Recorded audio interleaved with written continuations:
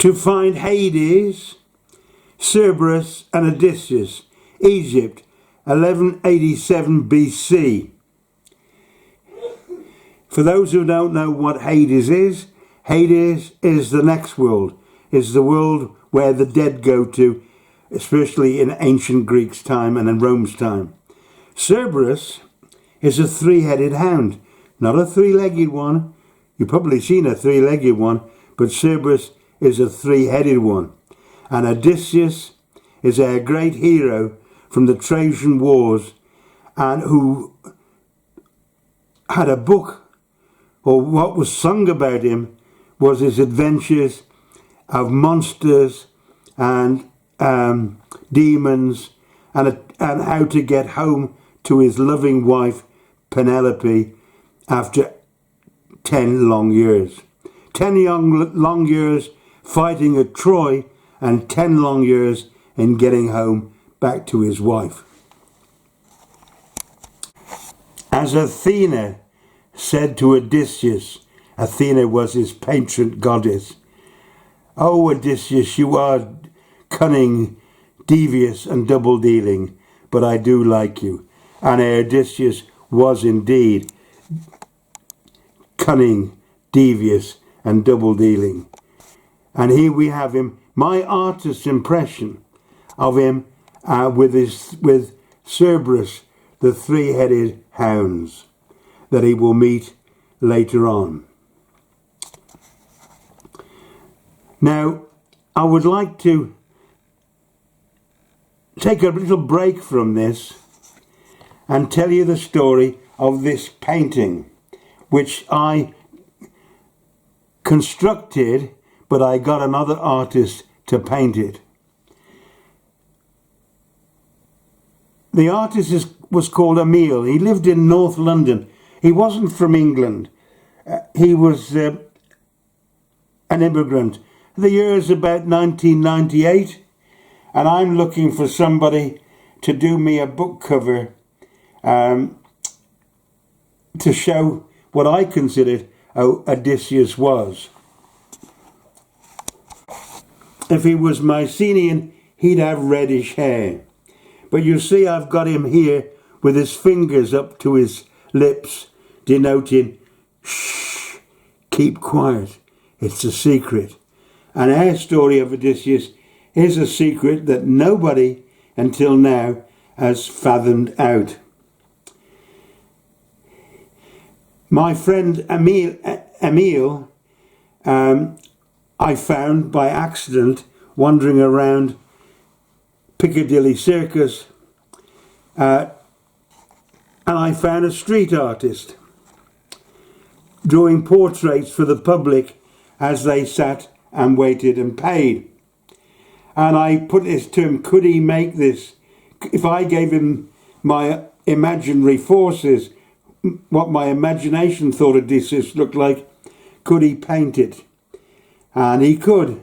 And you will notice the introduction to my film company, my imaginary film company, the Jupiter Film Company. He also did what I thought was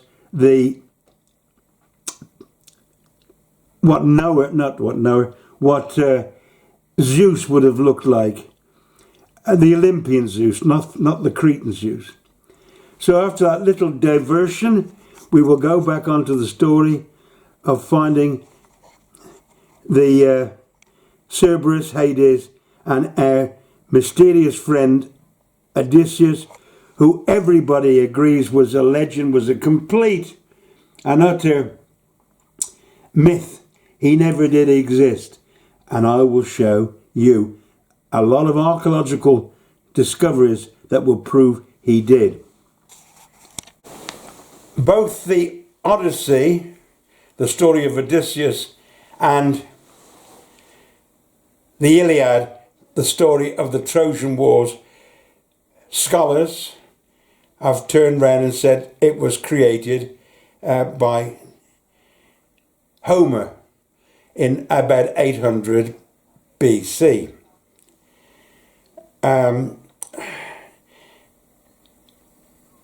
And so it was a myth. They were both myths. Lovely stories. created by this guy Homer, blind Homer, because he was a bard. He was the first one, they say, who took the songs, the oral songs, and wrote them down. I can't see how he did that if he was blind, but perhaps he wasn't blind then. Nobody has believed them. They just thought the imaginations of this great epic writer, Homer. And then in about 1880, 1890, there was a German, Heinrich Schliemann. He was a merchant, a German merchant, I think, selling his goods in Russia, and made a fortune. He was a peculiar fella. He was remarkably like me. He liked history. And he was convinced that Troy existed. He was an amateur, and scholars do not like amateurs. Amateurs might just prove them to be wrong. And one thing about amateurs, they work 7 days a week at it. It's a hobby. They aren't like scholars who work from 9 till 5, Monday to Friday. They are not warriors for the working day. Amateurs are forever more looking, ever more searching for the secret. They still have to live and have a job like everybody else. So Schliemann was an amateur, and as such he was looked down. They called him a crook, they called him a fraud, they called him everything. They couldn't think of anything better to say to him.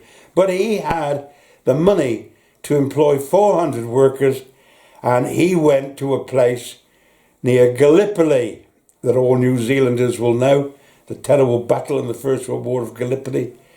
And he started to dig, and yes, he found Troy. He found a whole lot of layers, because Troy was built one on top of the other, right up to the Roman times. Its name's changed, but down below was Troy. He got the wrong level, but that's irrelevant. He had found Troy. Later archaeologists found the right level for Troy. So Troy existed. And so I thought to myself, if Troy existed,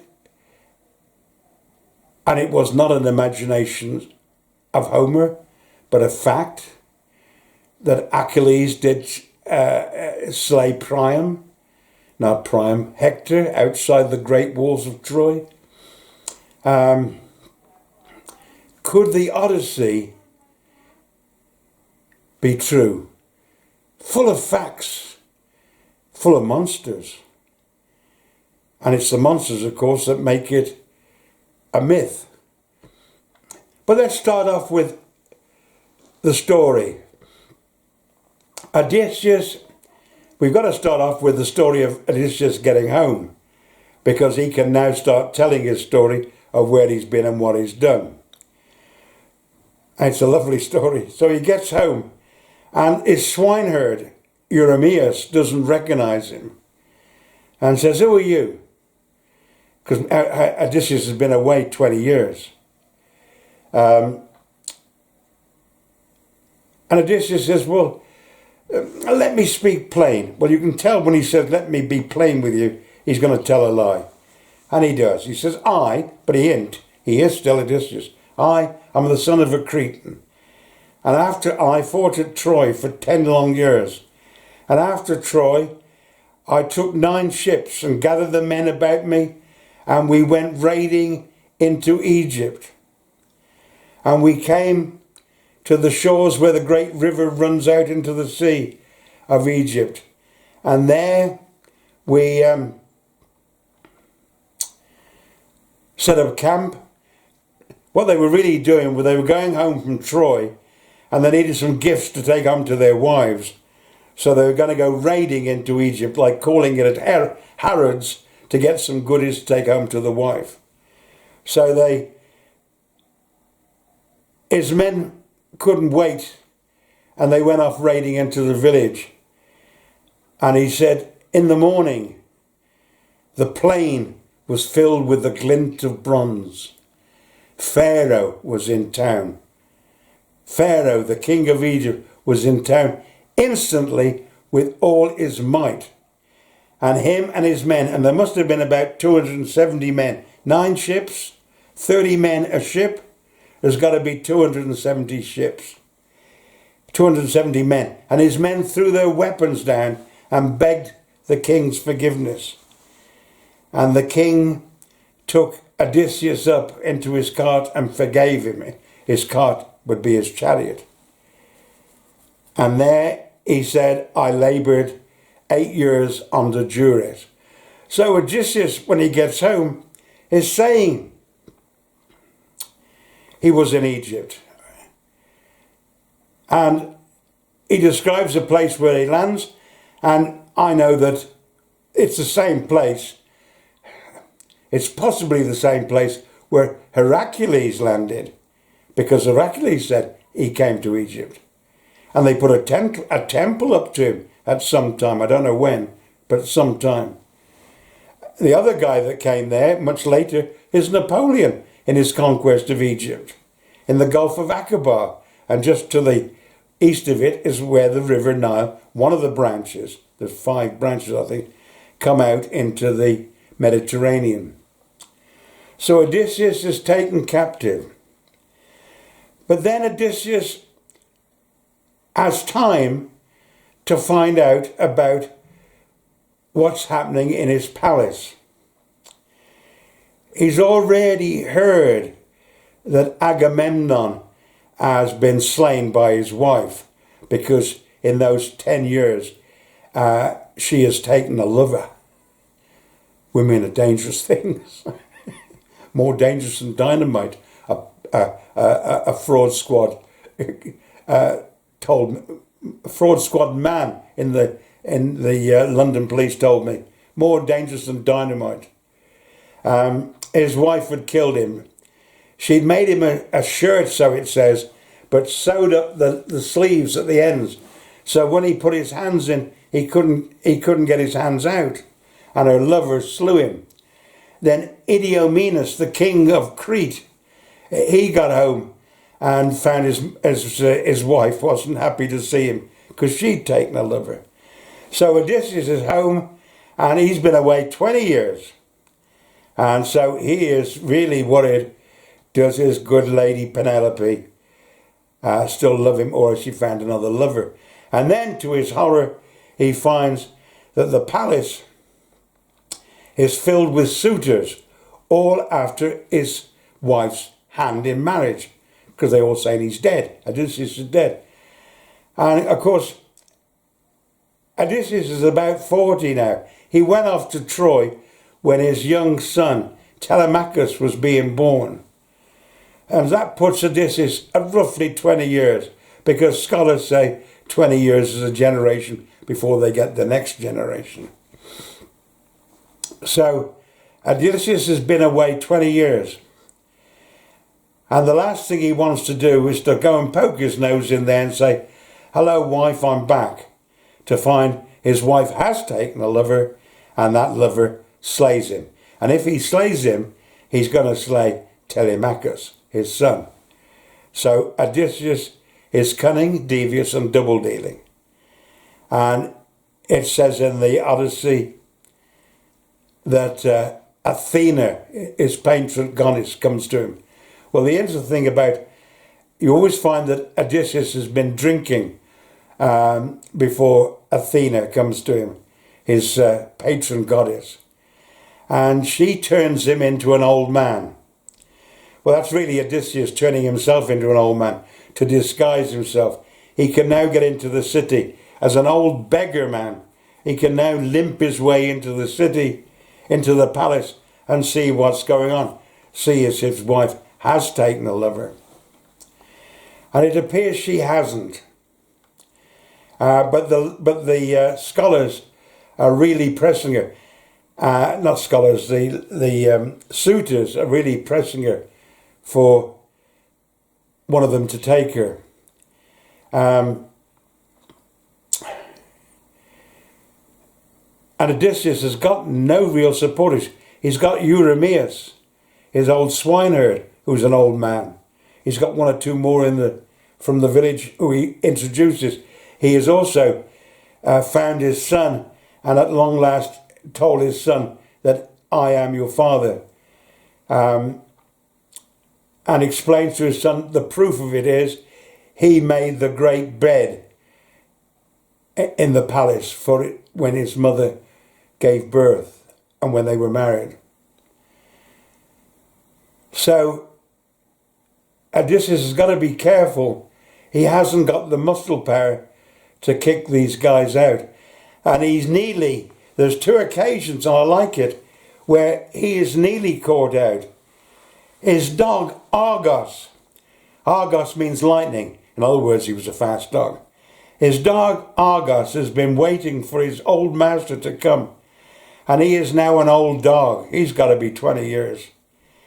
And Odysseus sees him. And the dog recognizes Odysseus and rises up and wags his tail. And Odysseus cries because he daren't lean down to pat him, because people will know Odysseus is back. The next one is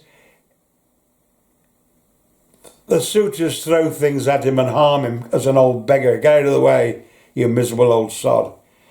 And he gets injured. And so Penelope, who still hasn't met Odysseus or the old beggar, sends her maid down there, and I can't think what her name is, to wash his feet. Well, this maid happened to be Odysseus' nanny. And Odysseus, in his youth, had got wounded by a wild boar, who tusked and ripped his shin or thigh. And she's washing his feet. And she suddenly cries out, I know that scar. Fantastic.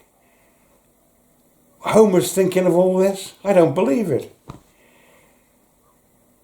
And Odysseus grabs her by the throat, because is she friend or is she foe?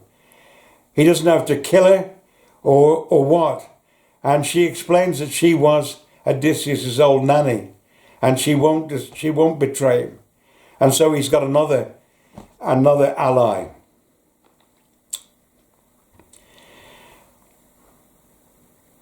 And now it's coming. The time is coming, shoved to push, where Penelope must make her decision. So she comes downstairs with Odysseus' great bow. And she says to any of these suitors, if anybody can string my husband's bow and string an arrow and shoot it through those 10 axe head hoops or rings on the back of axe heads and hit that notch at the other side, him I will marry. So she gives the bow to the suitors, and one after the other they try the bow, and they can't bend it. They can't bend it to get the string over the notch. Until the last one, the strongest one, says, if I can't string it, nobody can. And he throws the bow across the floor. And in the corner is this old beggar man. And he bends down and he picks it up and he bends it and he notches it and he puts an arrow on the string and he pulls it back and lets it fly through those 10 knots, those 10 notches, those 10 holes, those 10 rings. And they say to him, who are you, old man? And that's when his disguise come off, and he says, now you know me. I am Odysseus. And he strings his bow again and starts slaying those suitors until they're all dead. Now, the one thing about a dead suitor, he makes a bad husband. So Odysseus has killed the suitors, and he's now in bed with a snuggling up to the lovely Penelope. And as all women will do, all women will do, what about the women? Her first question is, what about the women you met? Oh, says Odysseus, I met Circe, and he's now beginning to think up his alibi. I met Circe, and she looked into my eye and took me to her downy bed. Calypso did the same. They were witches, nice witches. They weren't horrible witches. They were nice witches, but they put a chant on him. It was nothing to do with me. I didn't want to go to bed with them. The last thing I wanted to do to go to bed with them. I'm your husband, darling. You know I couldn't be unfaithful to you unless they put an enchantment on. So you get that's the first question that must have come out. What about the women? And the next one is, well, what were you doing for the last 10 years? And now our hero has to think. And so the Odyssey, with all these monsters in, Scylla and Charybdis, the sirens, the sacred bull of the sun, the Cyclops, the one-eyed giant, who Odysseus stuck a flaming stake through his eye to blind him. All these monsters now come to the fore for his alibi. And you might say, well, where did he get these monsters from? Where did Homer get these monsters from?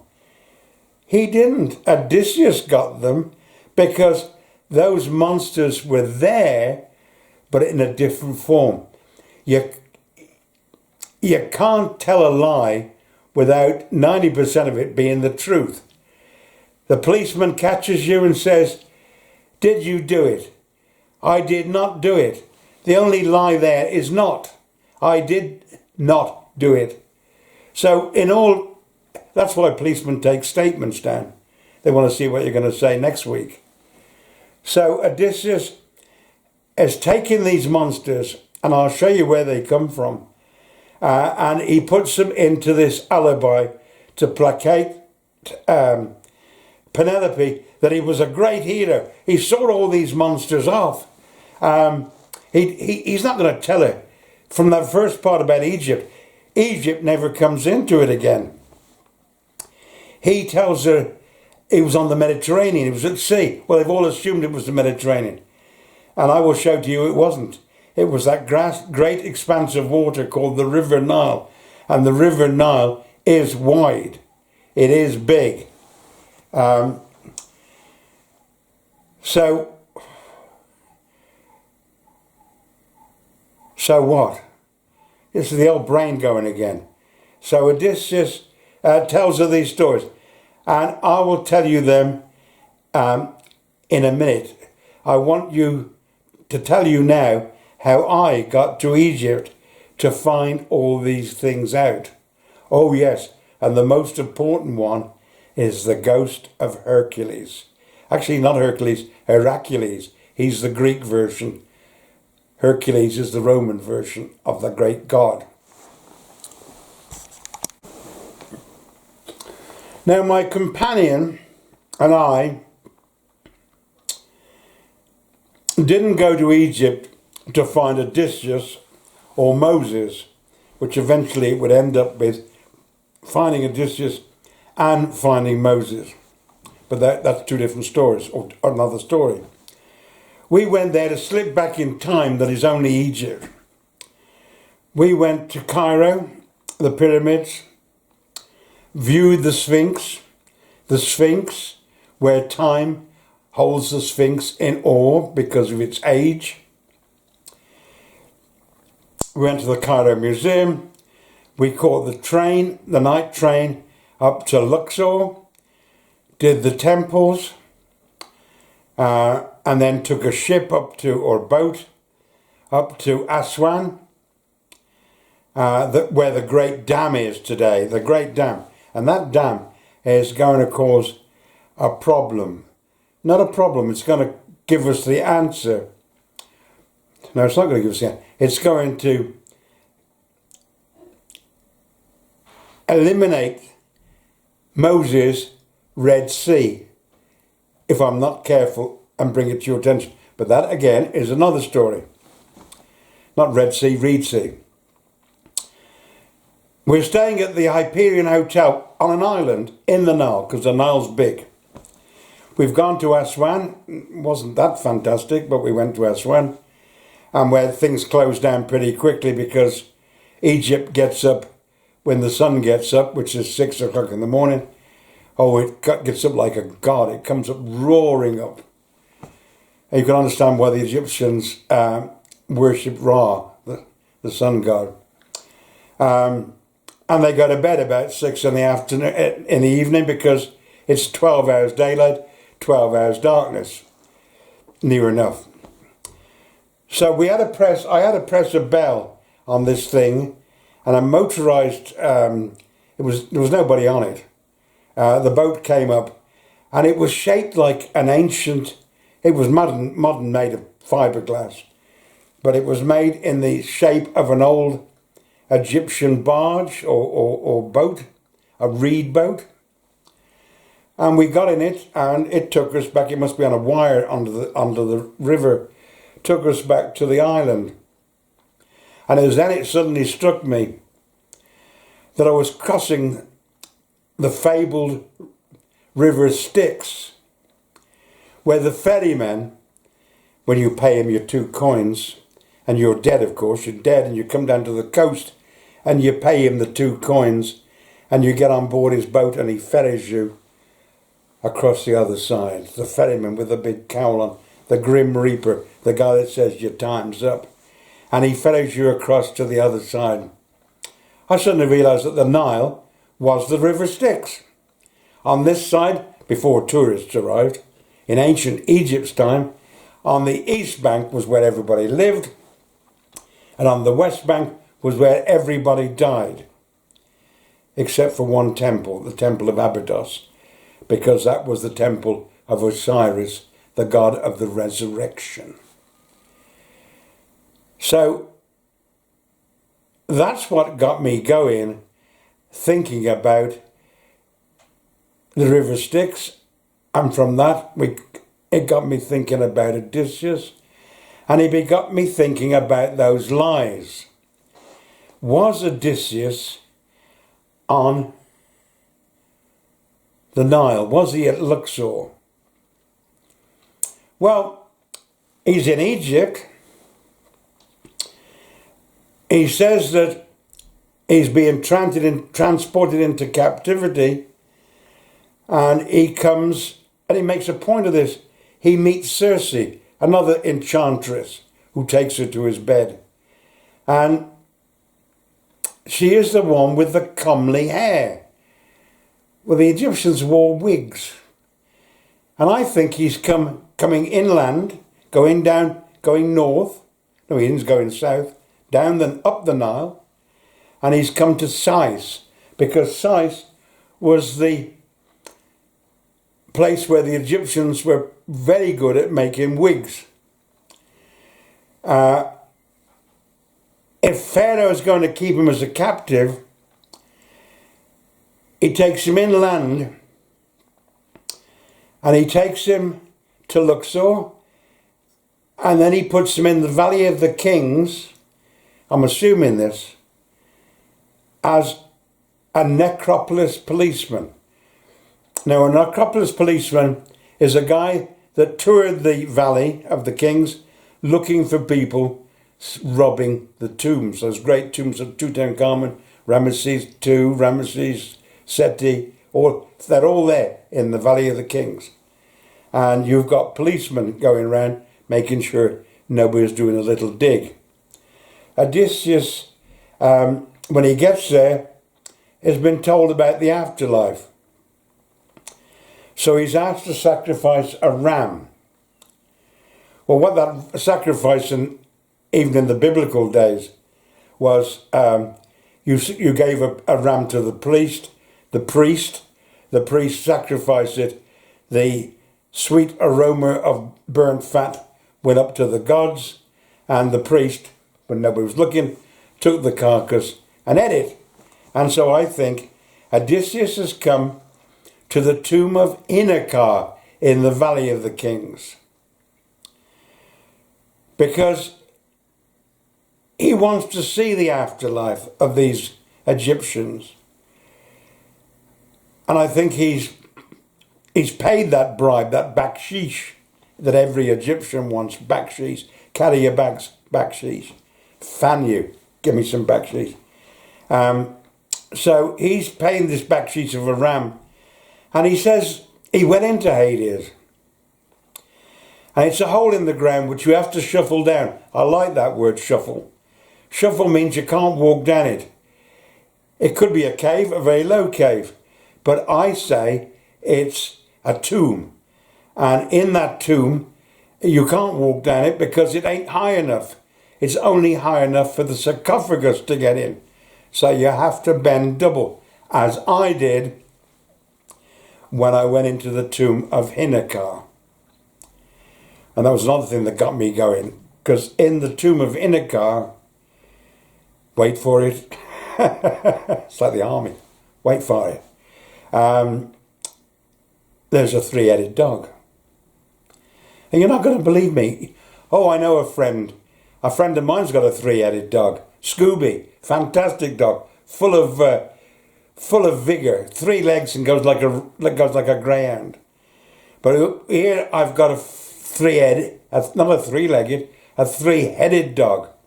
And now you'll want to see a picture for me to prove it. And so I shall. So let me take you into the tomb of Herakles. These are the pictures I took when I was down there. And yes, you do. You shuffle down a hole in the ground. It's an interesting tomb. One thing about it is it was never discovered until 1946, and it was intact.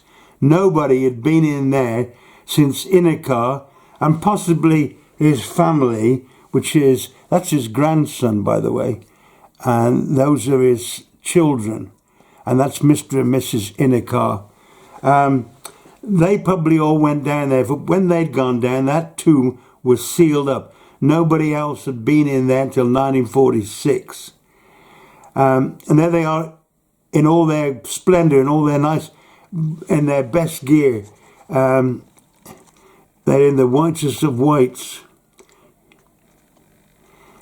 And they're in the afterlife. It's going to be easy from now on, but it's going to be for an eternity. So they need entertainment. Do you not need entertainment when you've been locked in with coronavirus? So here are Mr. and Mrs. Herakles, and you can find that when you get to the Valley of the Workers. If you go to Egypt and you find the Valley of the Workers, you'll soon find a guy will take you down the tomb of Herakles. And here they are, and if you can see it just about, because my camera wasn't that clever, but you've got the harpist, and I presume he's a blind harpist, but we don't know. But he's going to play for them, not for a year and a day, not for a couple of years or 100 years. He's going to play for them whenever they want the music. He's going to play for eternity.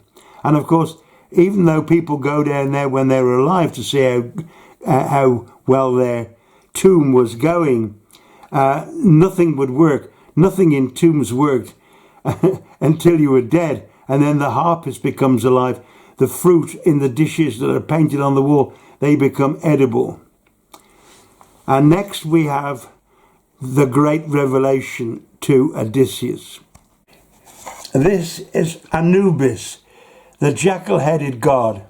You find him as half man, or half man with a dog's with a jackal head on, and you find him, or you can find him like this as a single dog.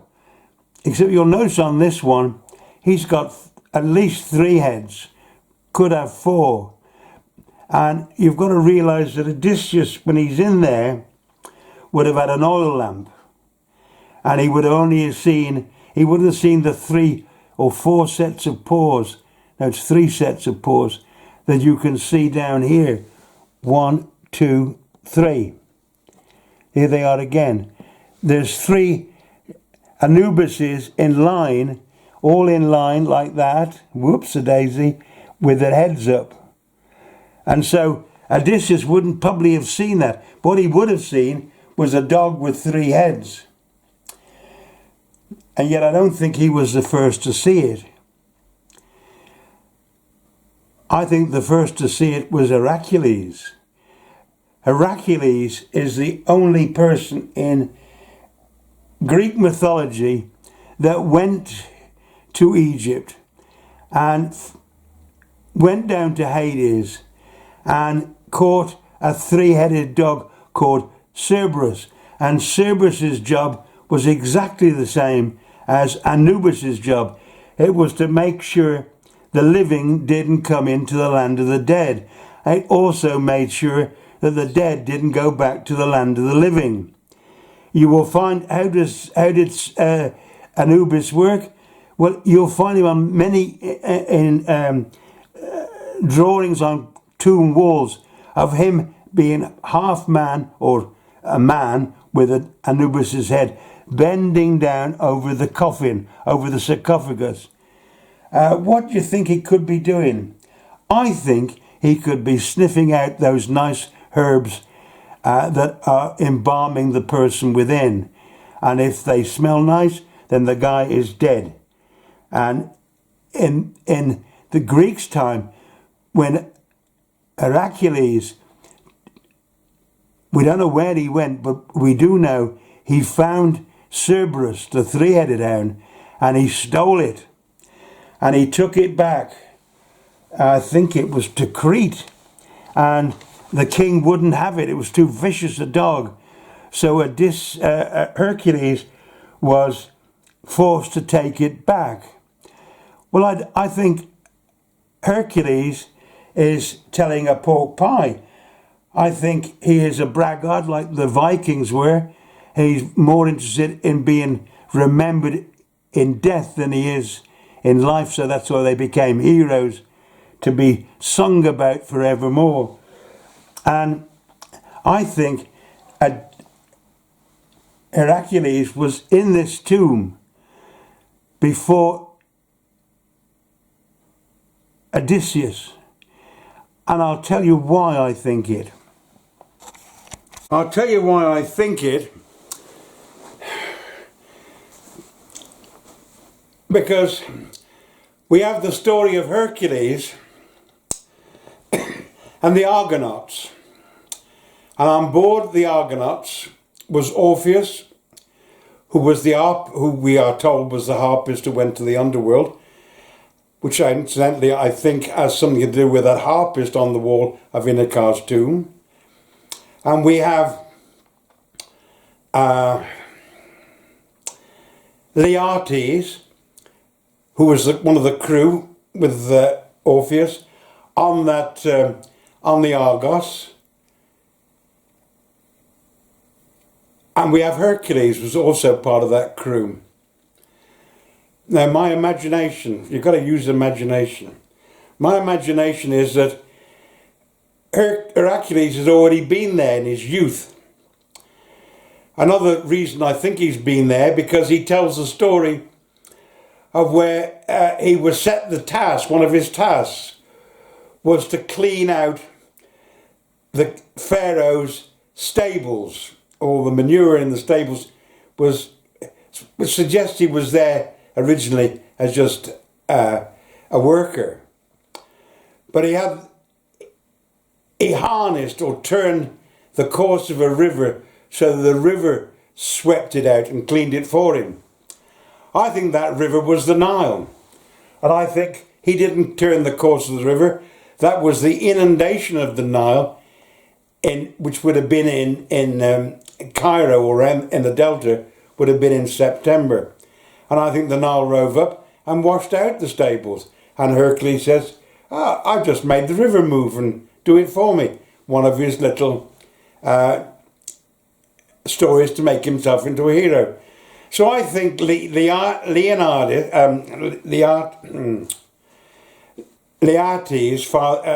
Odysseus' father, Orpheus, Herakles, and there's another one then, I can't think of his name, Orpheus in the underworld, they're on this ship, they're all crewmates, and at night time they're sitting around having a drink, and Herakles tells Laertes, and the rest of the mates, this funny thing about he saw this three-headed dog, which he didn't steal because he couldn't steal it. It was a painting on a wall. So that's why it had to go back. And then it was never stolen. And I think that was a bit of bragging. And I think Laertes, when he had his son, Odysseus, he told his son. And or if he didn't, he went, when Odysseus was 20 or 18, getting married to Penelope, and the feast was on, Laertes might have told the funny tale of Herakles stealing the Cerberus, the three-headed hound. Because here's a wonderful story for Homer to get on. This wonderful, how this vicious thing, this three-headed head, what joy Homer could have had to have expanded that into, make him into a superb monster. Except Cerberus is never mentioned once in the Odyssey. Except, I like the except bit, except that when he meets the ghost of Herakles I should say, Herakles says to Odysseus, did you see that hellhound down there? Meaning in Hades. So it looks like when Odysseus found the ghost of Herakles, and we'll show him in all his glory later on, he's just come from this tomb of Herakles. And if he has, he's 1.5 kilometers away from this ghost of Herakles.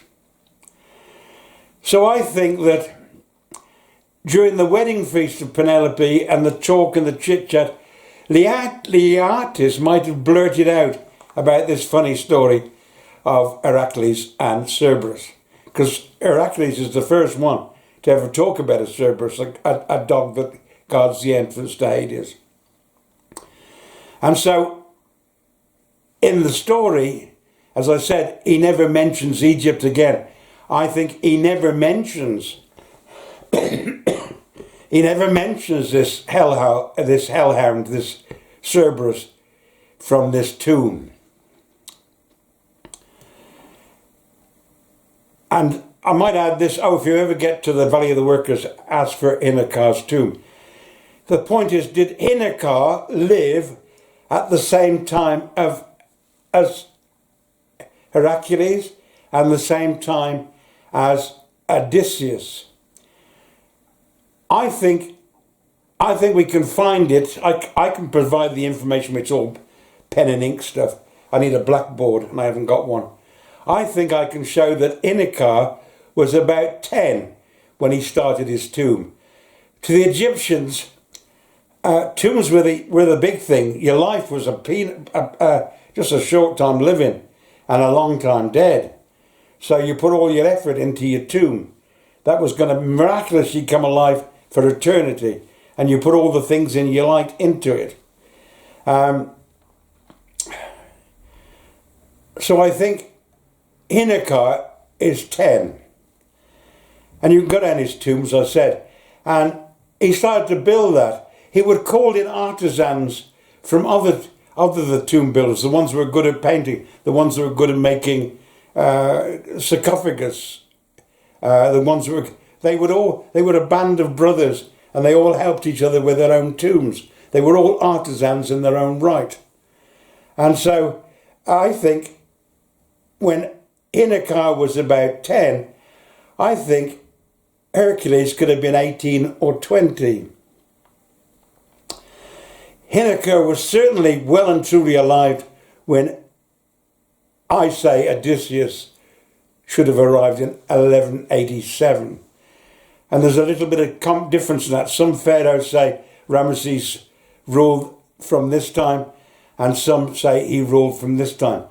Well, my time is in Ramesses' 7th year. So whatever that is, whichever they come to the conclusion it is, that's the year I'm saying Odysseus is in Egypt. And at the moment, I'm saying 1187. Yeah.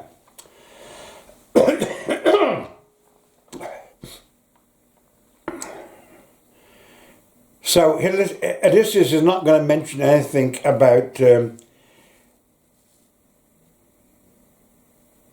Cerberus. So we've got Herakles. He's definitely alive in Ramesses III's reign, which is 1187. He is the foreman of the right-hand gang. That is, he was in charge. So he ain't some labourer. He's in charge of doing the right-hand side of Ramesses' tomb. So it's obviously divided into two, the left hand and the right hand. So he's got a good job. I think Odysseus gets friendly with him. I think there's nothing else to do in the desert. If he is a necropolitan policeman, which I will give further proof of later, then he's in this isolated village in the desert, the Valley of the Workers, and he's going to have to make friends with somebody, and I think he's made friends with Herakles. And I think in his story to Penelope, Herakles becomes Tiresias, that blind seer that he meets in Hades. So I'm losing the track. I'm going to have another little break while my brain works. When Odysseus came home to Eurymachus, when he first got home, he said that he worked in Egypt and that they gave him many gifts of gold.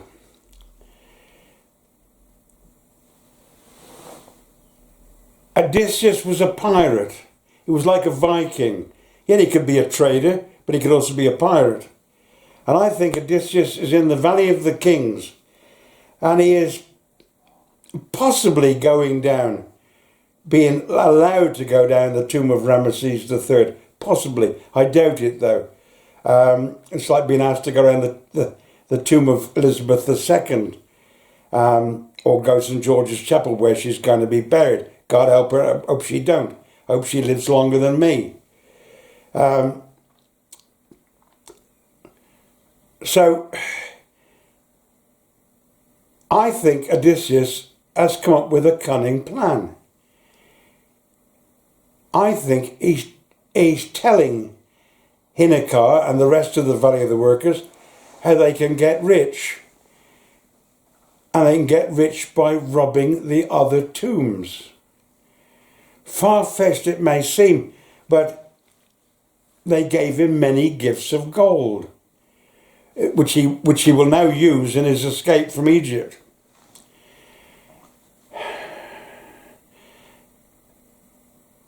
What we do know is, this is Ramesses III, but by Ramesses and Ramesses after Ramesses, they've come quite quick and thick and fast. But I think it's Ramesses IV that they start getting some serious grave robbing and some serious punishments. It seems to have escalated. They've always had grave robbing. The pyramids were robbed, but they don't know when they were robbed. But they were not robbed in antiquity. I just can't see anybody robbing them for 1,000 years.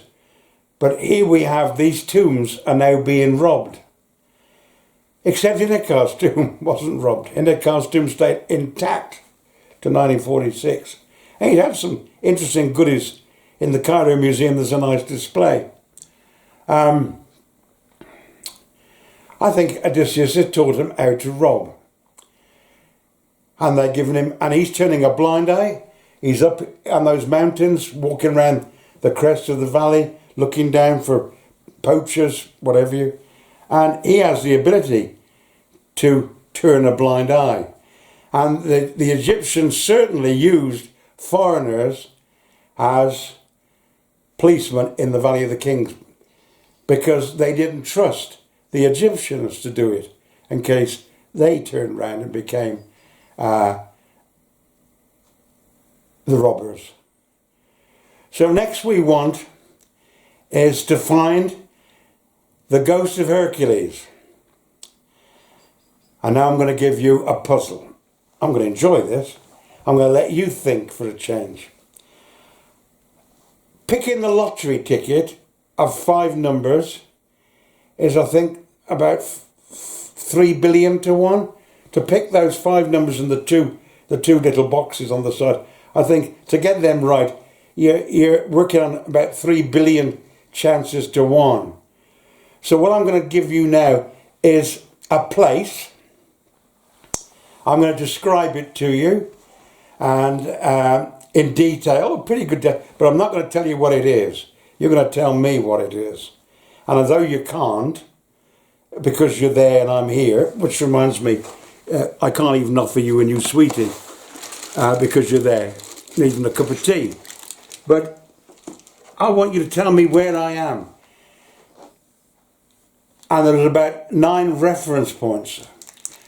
And it's modern day, it's not ancient, it's not 1,000 years ago. It's pretty present day. You can see it tomorrow morning. Well, some people can. We're all in lockdown. I'm at sea, and I'm on a boat, and I come to an island. And on that island is a statue of a woman. She's 153 foot tall. She's clothed in a mantle of green. And above her head, she holds a flaming torch. And in her other arm, she carries some books. And round her head is a crown of spikes. And she stands before a great metropolis. I'm going to give you 5 seconds while I eat this sweetie. Not bad, really. So tell me where I am. And if you haven't got it, go to the back of the class. You're at the Statue of Liberty. And there's only one place in the world you can find that. That's in front of New York. You can get them in Las Vegas, but you go by car. And they're not half as high. We can go to Paris. And we have to do that by boat, I think, go up the Seine, and you'll see a small Statue of Liberty. But apart from that, there's none else in the world. That's the only place where that description fits.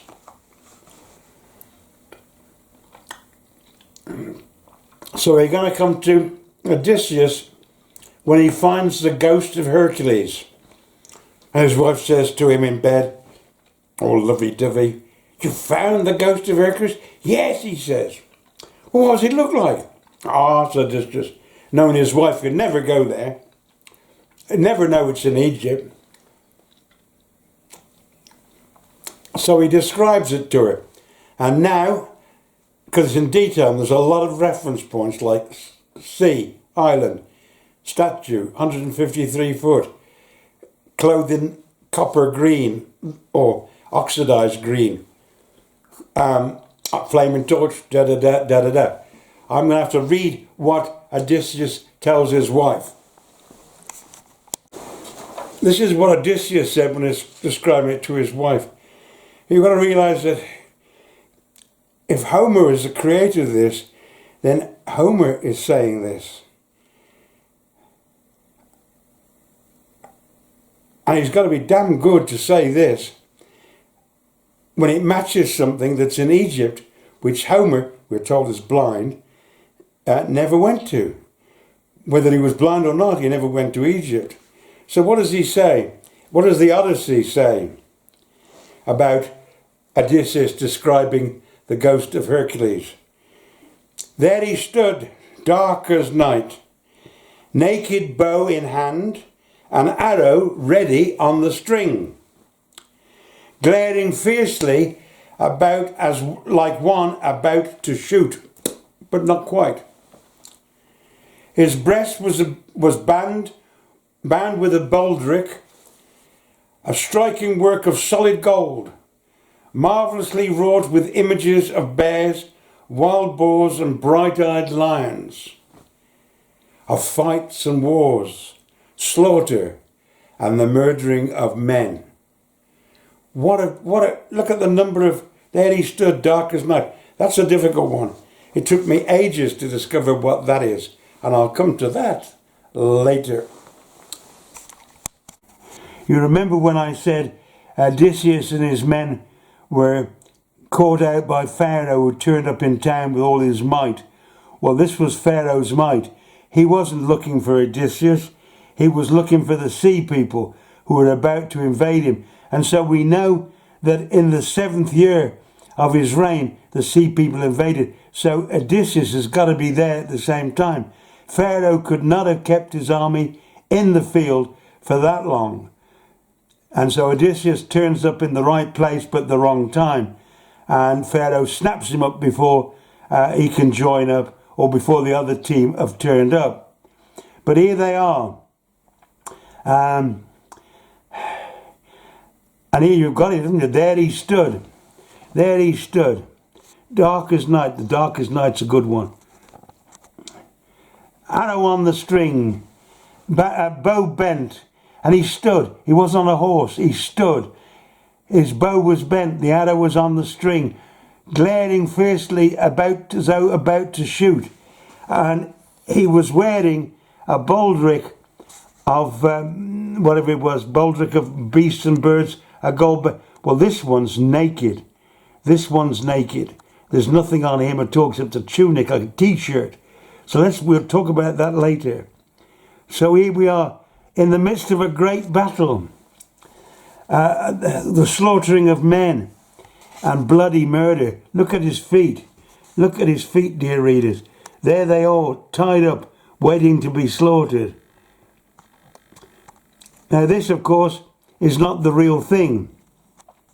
The real thing is on the Ramesses, and this is Ramesses III, Ramesses mortuary temple at Medinet Habu, 1.5 kilometers from our friend Herakles' tomb. And also, I would put to your attention the 3 bowmen. They're all in line, just like that 3-headed dog. I would suggest the guy that painted that, and it will be the Valley of the Tomb builders who are supervising this. I would suggest the guy that supervised that was also the guy that did the 3-headed dog, Cerberus or Anubis. Yeah, so if you go there, you'll see it's inscribed on the side. Now, somebody had already done this for me, and I picked it up out of a book, because the one on the side at Medinet Habu is not faded, but it's lost all its paint, and so you can't. It's just sandstone on sandstone, so you can't see much. But somebody has traced it all out and faithfully brought this up to to what we can all see. Yeah, the one thing that threw me was as dark as night, and of course, where was the golden baldric armor, body armor, of course, of solid gold. I think if you go to Medinet Habu, and I recommend you do, it's a great country, Egypt, ancient Egypt. You'll have if you want to slip back in time, it's beautiful. God, 4,000 years is nothing. And a wonderful museum. What threw me was the body armor. Well, you can see holes in the temple walls where something was hung on. I don't think they would have. I think they'd have brought it out on special display days. I don't think it had been It obviously wasn't painted, and if it was, the wind has blown it away thousands of years ago. No, I think there was actually body armour hung on it, body jewellery and what have you hung on it from the pinholes in the wall by the side of it to suggest something was hanging on. Anything in gold, and it would have been luxurious. So I think there's an answer for that, why that isn't there. But the dark as night was what threw me. Dark as night, dark as night. I actually went back there to see if I could find any traces of dark paint, because dark paint in Egyptian thinking meant death. So if the Pharaoh painted himself in black, he was giving out death and destruction. And then it suddenly struck me one night. I put Cloud's Top at my old friend Dorothy Beadsworth's place. I'm sitting out in the garden at night, and it's late in the year. It's about September. There's more to this than meets the eye. It's about September, and I'm looking up, and there, in all its glory, is the constellation of Orion. And I saw it, and immediately I recognised it, that where it could fit. And you might say, well, what's Orion got to do with Odysseus? How does he know about Orion, that great constellation? Well, he does know about it because the so-called ghost, which I say is Imachar, but the Odyssey says or Odysseus says to his wife, it's the ghost of Theseus who lives in Hades, has said to him, if he wants to get home, he should keep the constellation of Orion on his right-hand side. And that's which Odysseus does, but he does it at the wrong time of the day, when he does escape, but I'll explain that later. So he knows all about Orion. And one thing about Orion, it doesn't come over the equator until after Midsummer's Day. It's coming up from Egypt, but in the summertime, in our wintertime, it's below the equator, and it'll be below the equator for Egypt. But I don't know, we can work it out, somebody can work it out. At a certain time of the year, Orion, because the Earth's turning and moving, is coming over the horizon at night time, well, all the time, but at night time it shows. And I'm going to put a picture of Orion for you to see. And you see how it fits to Odysseus. I hope you can see this. But there's Orion's belt. And then hanging down is what will become the loincloth of Pharaoh. There's his arms bent. There's the bow, the arrow on the bow. There's his elbow. And there's his one knee. And there's the other knee. So he's pointing that way. The Greeks have him pointing the other way. They've got him doing something completely different with a club. He's making that into a club. But I'm saying for my Pharaoh, for my darkest night, he's standing in that way. And here we have Orion's belt, and that hanging down there. Then we have his elbow and the star, the other end of the bow, and the other end of the bow, his elbow, his knee and his knee, and you have the perfect triangulation that meets up with Orion's constellation. I consider that is the best archaeological proof that Odysseus stood here. And why should he stand there? Because all the prisoners of war taken at the Battle of the Sea People were brought back there to, I don't think, build the Ramesseum. I think that was already built, but they certainly added a lot more onto it. There's some funny photographs. I took some funny photographs, or some strange photographs there, that don't seem to make sense. and I've got a little feeling about it, which I will probably expound another day. So Odysseus is stood there and watched it being built. He watched his men building it. He's right there. It's 1.5 kilometres from where he's lodging each night, I say, in the Valley of the Workers. And one day somebody might find something written down, although I doubt it because Odysseus couldn't write, that Odysseus was here. So 8 long years have gone by. And I think what makes Odysseus want to go after 8 long years? I think after 8 long years, this building is finished. It's ready for opening. And Pharaoh is going to have an awful lot of slave labour. He doesn't want. And slave labour you don't want. You generally kill. And I think Odysseus, being cunning, devious and double dealing, can see that his life is on a thread after this 8 years. So with all that gold he got, he is now going to bribe somebody to take him home. And there's one tale that he bribes Phoenicians to take him home. Even Odysseus is getting mixed up with his lies. There's one lie that says, one truth I think, that says he paid Phoenicians to get him home. The other was he went home with his crew. They all escaped together. I don't think they did. I don't think he took his crew with him. I think the Phoenician one is the best. So Tiresias has told Odysseus if he wants to escape, he must have the constellation of Orion on his right hand side. And so Odysseus leaves. He leaves in the evening with the constellation of Orion on his side. And he goes south. He goes up the Nile. And there he is confronted, when he can tell his wife, in all honesty, by the biggest monster of them all, Scylla and Charybdis.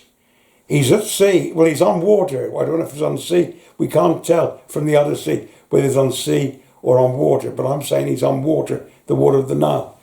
He gets further up the Nile and he's blocked. His passage is blocked by the great cataract of Aswan, where the water's coming out of Egypt like a train. And if he's September, which indicates he is September-ish, because of Orion being over the horizon, then it's the great inundation flood, or it's the start of it. And it will be coming over that cataract, which is very high, like a train. And it will be sucking and spewing you out, just as what Scylla and Charybdis are supposed to have done. It's when Odysseus gets there that the captain of the ship says, we've had it, we've come the wrong way. And it's then that Odysseus realizes that if he leaves with Orion on his right hand shoulder in the morning, then he'll go north, because the heavens turn round in 24 hours. So when in the evening time Osiris is over here, in the morning it'll be over there. So that's why he knows about the constellation of Osiris. That's why dark as night is Osiris, implanted on that mausoleum of Ramesses III. So Odysseus is now going down the Nile, down to the sea, down to the Mediterranean. And the next stop is, in our legend, he bumps into the sirens. These are beautiful maidens who sing such sweet songs that sailors going by are lured to their shore, and when they get them, the sirens eat them or kill them. Where could this possibly happen on the Nile?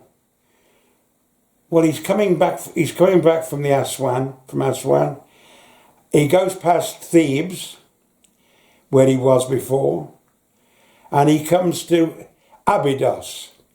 The great temple on his left-hand side is to Osiris, the god of the resurrection.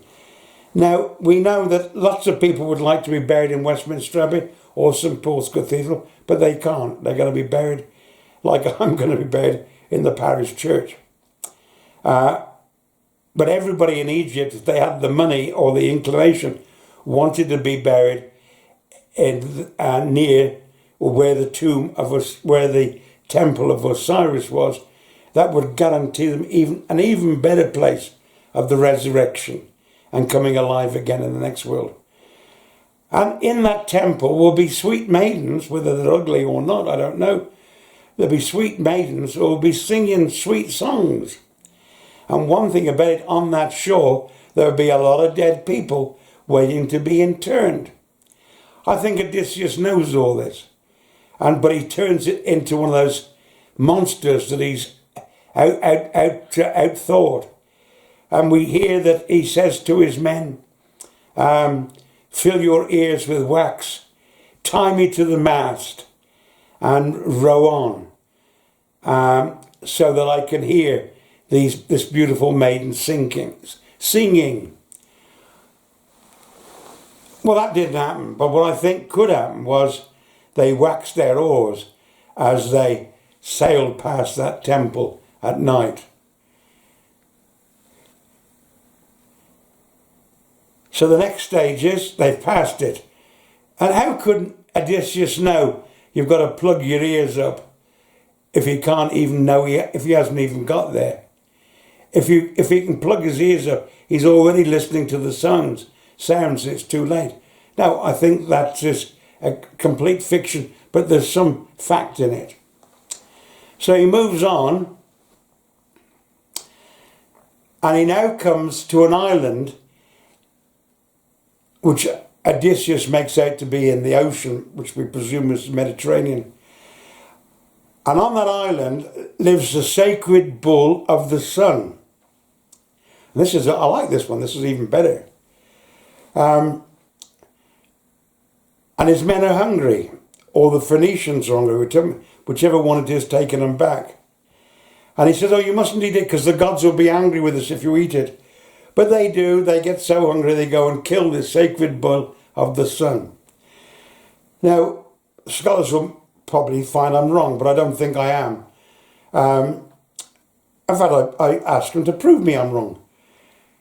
There's only one bull in that area of Greece and Italy and round there that was the sacred bull of the sun. There might have been one on Crete, but I think we're in Egypt. It just says he's in Egypt. So I think this is the Memphis bull, the Apis bull, the god of the sun, Ra, in Egypt, and he has a luxurious time.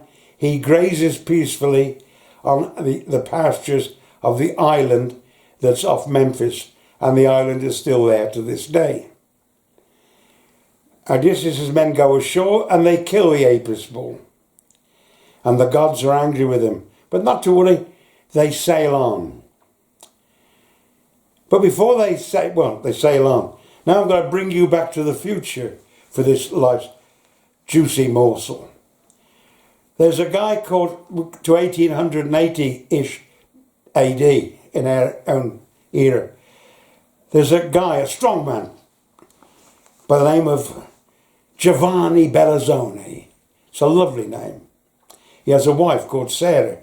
He came to England as a circus acrobat, picking up great weights. And then he went to Egypt and was employed by a Mr. Salt to gather up Egyptian artifacts and to sell them to him, Mr. Salt, and Mr. Salt in turn would sell them to the British Museum, which was just starting up. And so, where have I got to, for God's sake? He's going to, oh yeah, so Bellinzone is excavating the tomb of Ramesses III, but it's already been robbed, almost robbed, And Belzoni finds a box of ox bones. A box of ox bones in a tomb in the Valley of the Kings. The Valley of the Kings is as dry as a witch's bosom. It's so dry. What's he doing with some bones up there in his tomb? He can't be going to make some soup.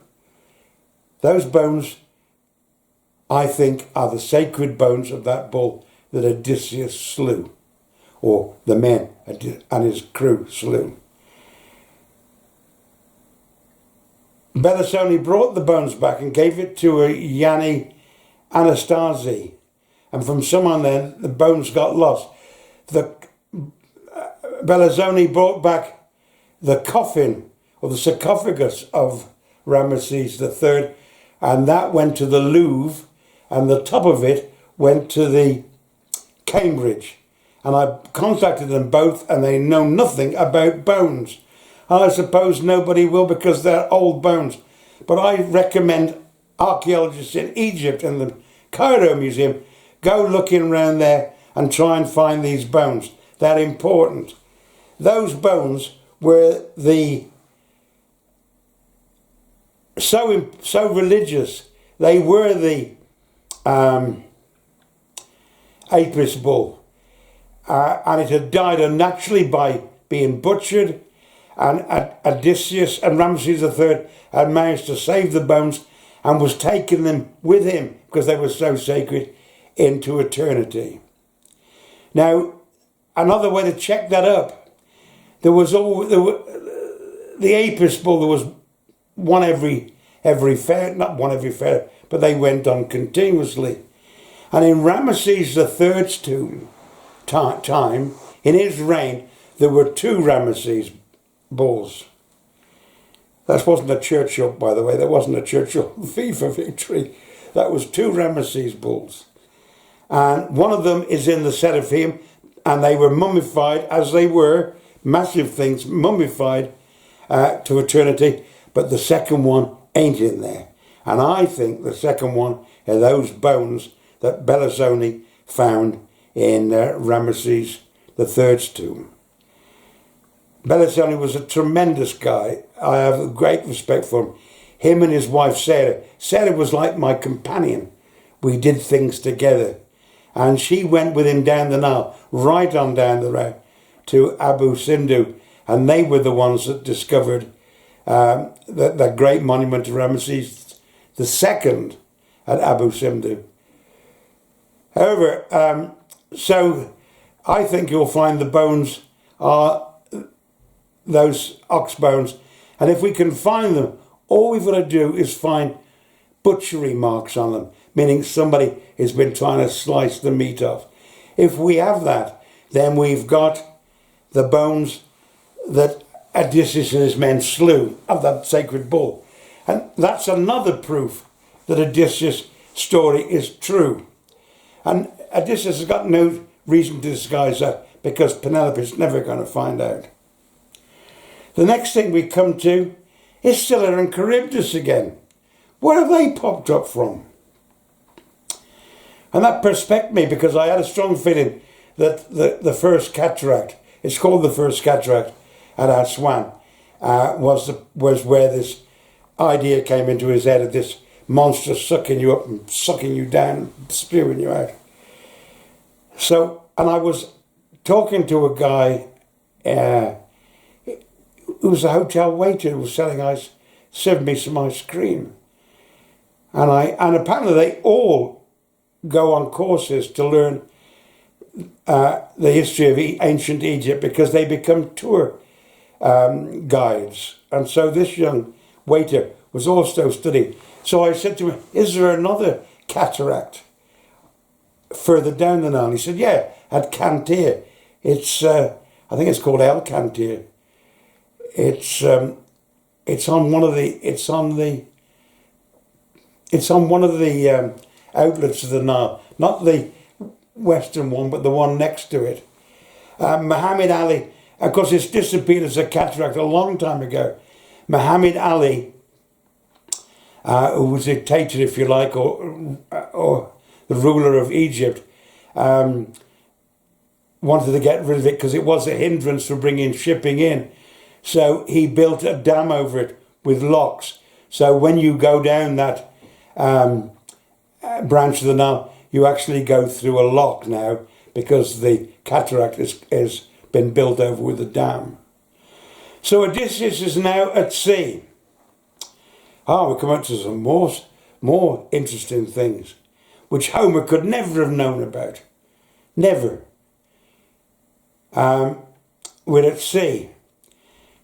One side of it says the Phoenicians robbed him of his gold and threw him over the side, and he managed to cling to some woodwork.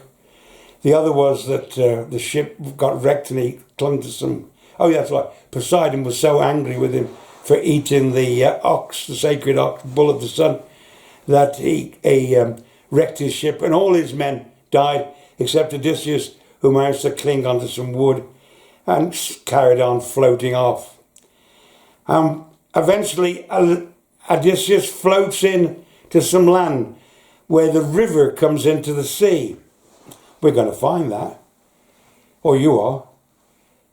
He comes into the sea, and he's cold, and he covers himself up in leaves, and he waits there shivering during the night. And in the morning, the king's maiden of that land, the daughter of the king of that land, which we'll find out shortly, comes down with her maids to do the washing in the lake.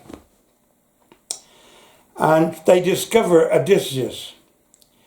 And so they take him back to the king's palace. And then Odysseus discovers he's at the king of Sidon's palace at the castle, and that he's in Phoenicia. He's amongst the Phoenicians. And this is where you can be the detective. If you Google map Sidon, you go down onto it, you come to the city of Sidon, go north just 4 kilometers, and there's a river, the river Awali, coming into the Mediterranean. That is where Odysseus was found. And you're going to say, how can I say that? Because I'm a detective. Because if you walk down that 4 kilometers, the king's daughter is walking him down along the coast to the capital of the castle, the palace of the king of Sidon. You will see on the right side, just out to sea, an island, and it looks awfully like a ship. It's an island of rocks.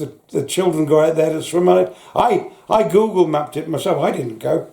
I Google mapped it, and you can get views from that road as you go down. Odysseus went down the road. You can easily see that rock on the right side. And he remembered it. I'm not going to say he made anything of it at this stage, but he remembered it. And when he gets back home, the king of Sidon, of course, gives him a ship eventually to take him back home. And it is said that, and Odysseus has added this in later, it is said that when that ship got back to Sidon, just outside the harbour, Poseidon was so angry, he turned it into a rock. Well, obviously that's a pork pie.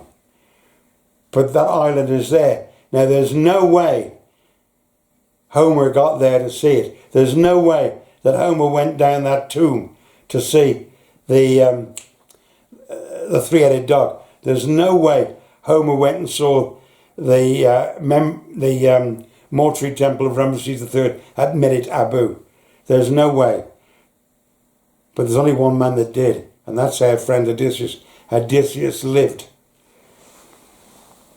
So he's killed the suitors. He's in bed with his missus. Everything's tickety-boo. But in killing those suitors,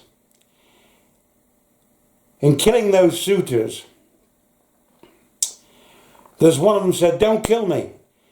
And Odysseus says, "Why not? Why shouldn't I let an arrow pierce your breast?" He said, "Because I wasn't a suitor. I was a bard singing songs.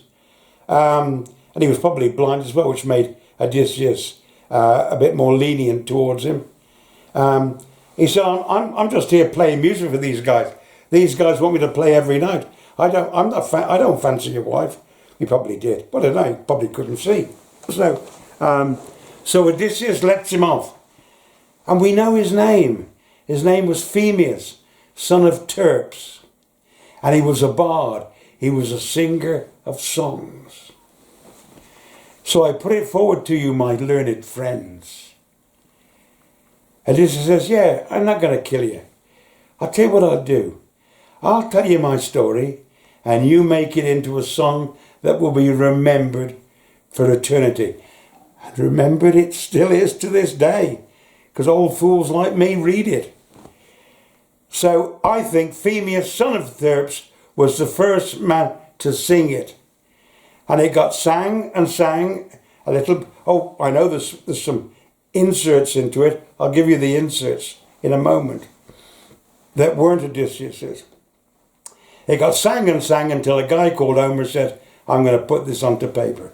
So Homer, I'm going to set 1 million scholars who've written books on what Homer was thinking, what was in his mind. Was he trying to get the Greeks to be colonists? Of course he wasn't. 800 BC? Of course he wasn't. The Greeks weren't even a country. They were each city-states. Sparta hated Athens. Athens hated Corinth. Corinth hated Sparta. They all hated each other. They were all at war with each other. Right up to virtually Philip of Spain, Philip of Macedonia, the father of Alexander the Great. So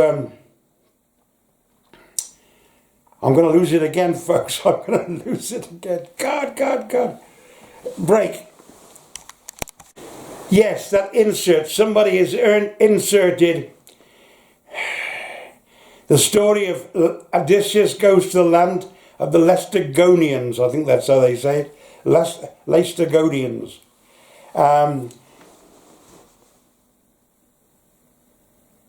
Odysseus could never have done this, because this guy takes ship and he goes to the land which is white and floats.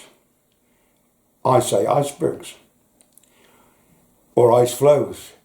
He goes to the land where a ploughman can earn 2 wages a day.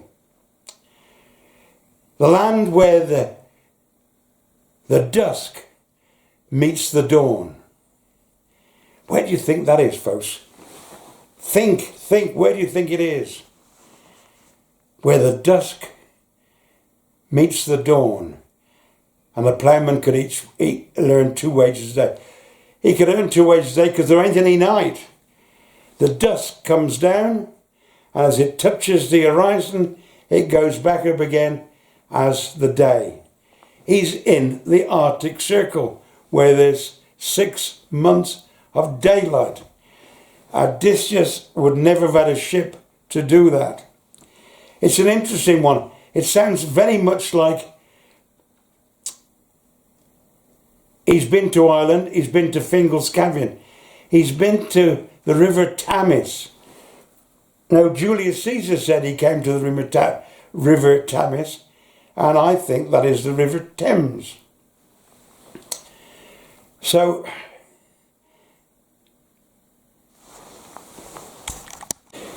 this is rather like Marco Polo. When Marco Polo came back in the 12th century, bringing noodles, which became spaghetti in Italy, because spaghetti is really a copy of noodles, which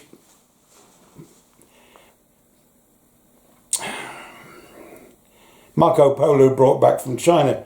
But the trouble with poor old Marco Polo, when he came back from China, they called him Marco Milioni.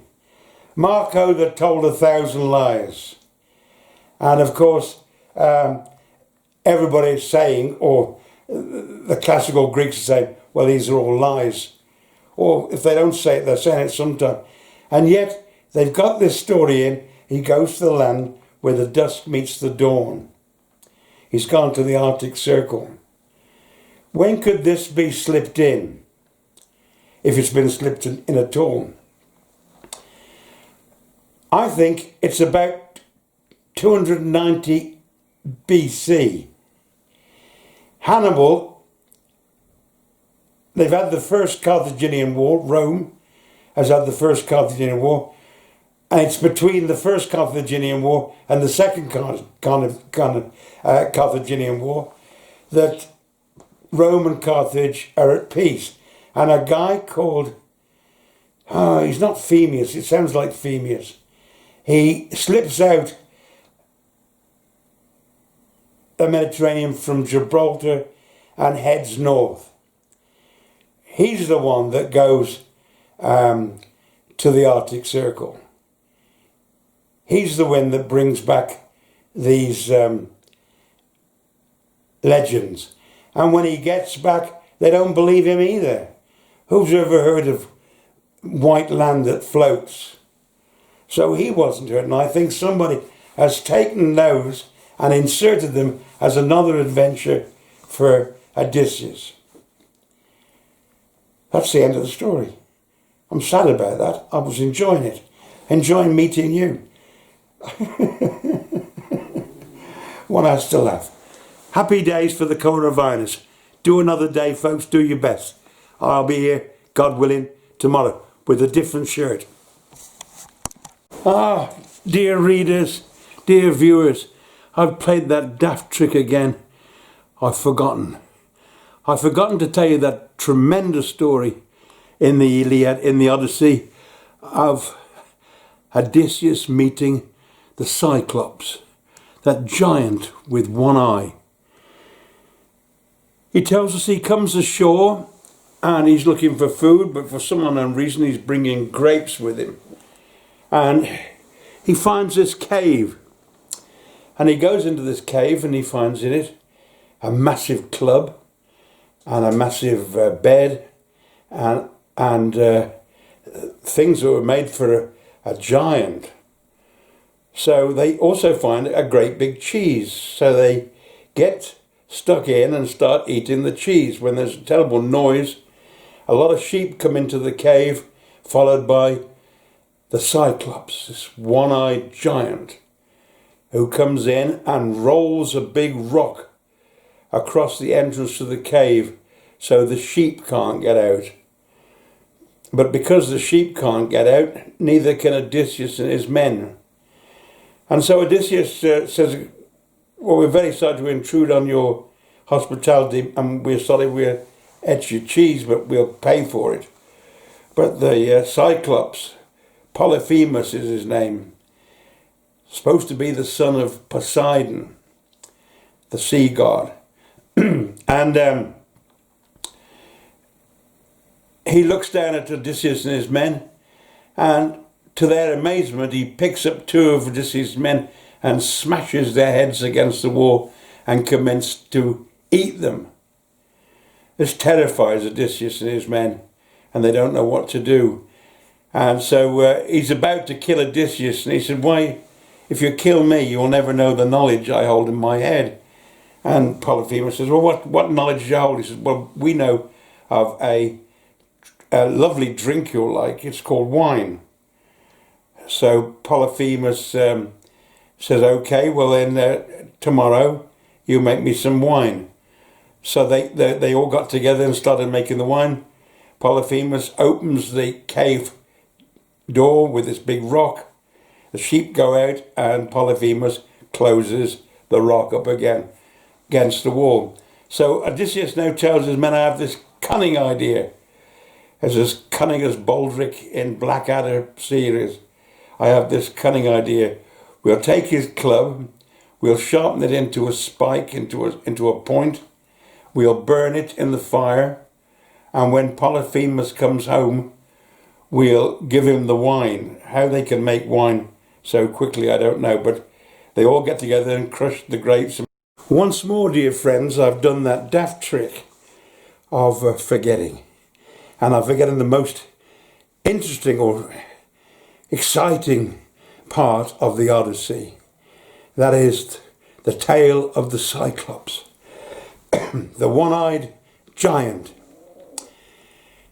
And so the story begins with the Cyclops and Odysseus Odysseus comes ashore and finds a cave, a big cave, and he goes in it with his men, and for some unknown reason they brought grapes with them.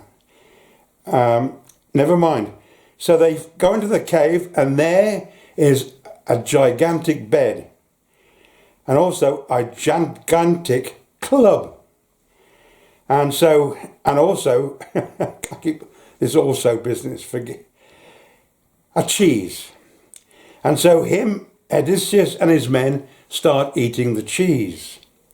And just then there's a terrible noise as all the sheep that belong to the Cyclops, of course, Odysseus hasn't met the Cyclops yet, all the sheep come into this great cavern, and behind it comes this gigantic beast of a man with one eye. And he rolls a big rock in front of the cavern door that only he can move. And he comes in and he discovers Odysseus' men eating his cheese. And he's very angry and says, "Well, who are you?" And Odysseus thinks quickly and says, "My name is No Man." And so the Cyclops looks down and picks two of Odysseus' men up, picks them up and bashes their heads against the cave wall and commences to eat them. All Odysseus' men are frightened to death. But our hero keeps his head, and he's going to eat somebody else, and Odysseus says, "Well, if you eat me, you'll never know all the knowledge I hold in my head." And the Cyclops says, "Well, what knowledge you've got?" He says, "Well, we can make you a lovely drink. We can make you wine, and you'll enjoy that." And so he says, "Well, okay then, you're a good man. I'll eat you the last." And the Cyclops goes to sleep, and in the morning he gets up and he unrolls the rock, and his sheep go out to pasture, and he rolls the rock back again. Odysseus and his men get up and try to shove this rock, and no matter how hard they push, they can't budge it. So Odysseus says, "We're in trouble. I have a cunning plan. It's as cunning as Baldric in the Blackadder series." And he says to his men, "We'll make him this drink. So start crushing the grapes." I don't know how he's going to make the wine in one day, but there you are. That's what the story says. And he makes this drink. Then when the Cyclops comes back again, rolls back the cave entrance, comes back in, he kills two more men, I think, and eats them. And Odysseus said, "Well, try this drink." And he gives them the drink, and of course it's wine. And the Cyclops loves it and drinks the whole lot and falls down asleep. And while he's asleep, Odysseus gets that great club of the Cyclops, and him and his men with their swords start sharpening it into a point. Then they put it into the fire of the Cyclops to harden it. Then when the Cyclops asleep, with his one eye shining upwards, closed of course, Odysseus and his men ram the spear into his eye. Of course, the Cyclops wakes up with a roar, and he's crying out, and his brethren in the other caves hear him and say, "What's the matter?" And the Cyclops says, "No man did this. No man did this." So of course they think no man has done this. But in the morning, the Cyclops knows he's got to let the sheep out. They're all barring away because they want to get to pasture. And Odysseus says, what we will do when those sheep go out, he's going to stop us going out because he's feeling with his hands. So what we do is we get the sheep and we lash ourselves onto the bellies of the sheep. And the sheep are let out, and the Cyclops feels them, makes sure that it's a sheep and not Odysseus' men, and so they escape. And then Odysseus gets down to his boat and he yells out to the Cyclops, "No man did this to you, no man." And the Cyclops and his brothers rush down and start hurling stones at Odysseus and his ship, great rocks Odysseus says, at him and his ships, but they escape. And of course, scholars have said this is a load of rubbish. Well, it's a myth. There's no one-eyed giants. It's a myth. And everybody would agree, except me. Because in Egypt's sunny clime, there's 100 of temple wall paintings of Ramesses and the gods, and they're all painted with one eye. So I'll show you first of all my Cyclops, and then I'll show you my one eye. And after that, I'll try and bring in where Odysseus got this bright idea of the Cyclops from. Thank you very much. I'm back in a minute.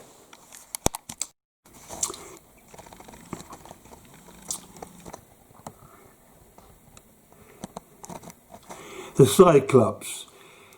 I don't know what he looked like, but it's an artist's impression of what they thought the Cyclops looked like. Here are some of the portraits, and the ones on the temples would have been 3 times life size. So as you can see, they've all got one eye. And on their left here, we have the god Anubis, who will eventually become Cerberus in Greek mythology. Now, in trying to prove that this is the real story of Odysseus and not of Homer's imagination, I think we can find where Odysseus got this bright idea from. We know that he left Troy, he went past Cape Malawi and came to Crete, where he came to an island just off the shores of Crete, the western top shores of Crete. If you Google map it, and I strongly recommend you do, because most of these places can be Google mapped. I never went there, but I've used my imagination to try and find out where Odysseus went. And he definitely went to an island off the coast of Crete. So it says in the Odyssey. And I have no reason to believe he lied. So Odysseus is on this island, and I'll give you the name of the island so you can Google map it. It's the, you can read that. And I'll leave it up for a bit because it's an important name. You can Google map it and it comes up straight away. It's an island off Crete. And he comes to this island, it's got 2 nice bays to it where you could moor up ships. And he's on, according to him, they're repairing their ships before they go off to Egypt. And they look across to the coast, which is about 800 meters away, not far. You could swim it. It's 800 meters away, and he sees lights in the hillside. And they are, if you Google map it, you can see there's some very sheer cliffs on the other side. And it says he goes over, him and his crew go over to steal some sheep. And they are met by the local inhabitants who sling stones at them. They're slingers, people who whirl things down and throw stones at from a distance. Now Odysseus and his men have shields and swords, probably spears, but they are not long distance fighters. And there's one thing about a slinger, I'm told by the Romans, from my research of the Romans, that the best slingers came from Crete, more accurate.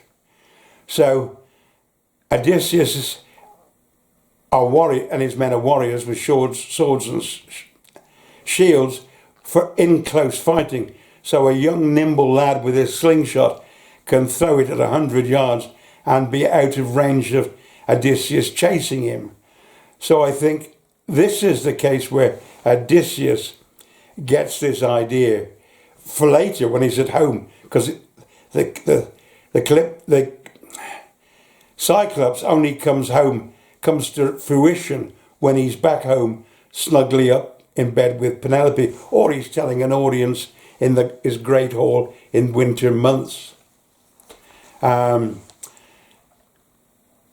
so when he gets to Egypt and sees these massive portraits of Pharaoh on these temple walls, all in colour with one eye, he starts to make up the story that he wasn't chased off by these young lads, these weak little young lads, him the hero.